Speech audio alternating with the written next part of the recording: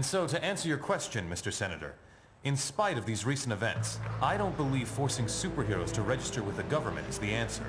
This law would split the hero community right down the middle, with consequences I'm not sure any of us want to ponder. Following last week's devastating explosion, Congress has rushed through passage of the Superhuman Registration Act, with the President...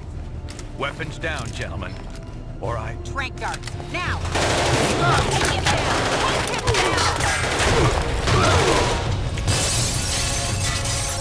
Hey, Moral Gamers! The Avengers just hit theaters this weekend, so let's take a look at Marvel's last great outing.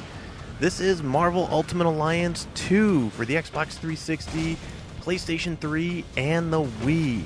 How does Marvel Ultimate Alliance 2 stack up? Let's find out.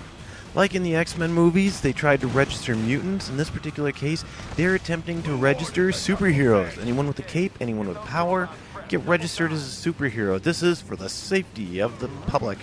But in all honesty, not everyone agrees with it. In this particular case, it pits Captain America against Iron Man. And Captain America and Iron Man both have opposing sides of the registration. The question is whose team is going to come out on top?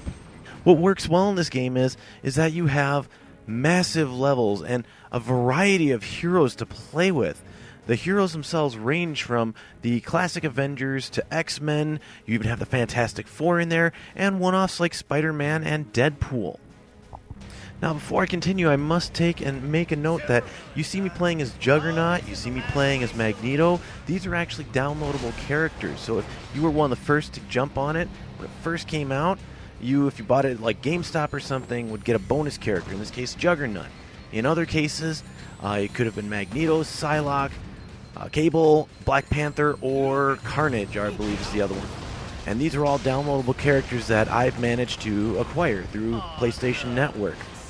Aside from them, it has a vast amount of characters, even allows you to play as a couple villains, such as the Green Goblin and Venom. Both of these villains are interesting to say the least, but I stick to the more core characters, which is like your Iron Man is great, Wolverine is vastly overpowered, but still a fun one to play as. Even the Hulk is pretty decent, depending on how you play. I'm not really a fan of the fact that this game has too many explosions. And you may see that on the screens here because it's easy to get lost and not be able to figure out what you're doing. And that's part of the problem I have with Marvel Ultimate Alliance 2. Is that I'll get lost because all of a sudden, boom, boom, boom, things are exploding all around me and I lose track of where my character is. The only way to really find them is to mash my stick, so I get the locator, which tells me which way to go, and even then that distracts other people. So in that particular case, it's very easy to get lost. Despite the explosions, though, this game is fantastic for teamwork because you and up to 3 other people can join together either on the same console or online to save the world. And it's fun when you're playing with multiple people because then you actually get intelligent teamwork. I can have one of my friends sitting there, okay, we're going to fire off a fusion attack, your character, my character, go, boom. And it works, or we can coordinate. Whereas the computer just kind of either plays aggressively, passively. It sometimes goes up and punches the crap out of guys, even though that character is stronger shooting. So the computer gets some mixed signals, and it's standard artificial intelligence complaint that I have with a lot of games. They need to really refine some of the action here.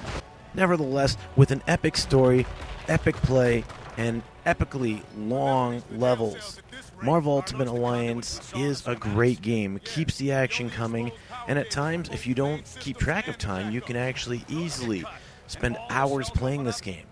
As far as it goes from a gamer's perspective, I do recommend Marvel Ultimate Alliance 2. The game is fantastic. Awesome graphics, great combos, and hey, it's got your favorite superheroes. And it's got little Easter eggs in there too, like if you manage to have certain people talking, like a Captain America Black Widow conversation will spark up a special interaction. Things like that. If you do them right, hey, there's a lot of Easter eggs in this particular game.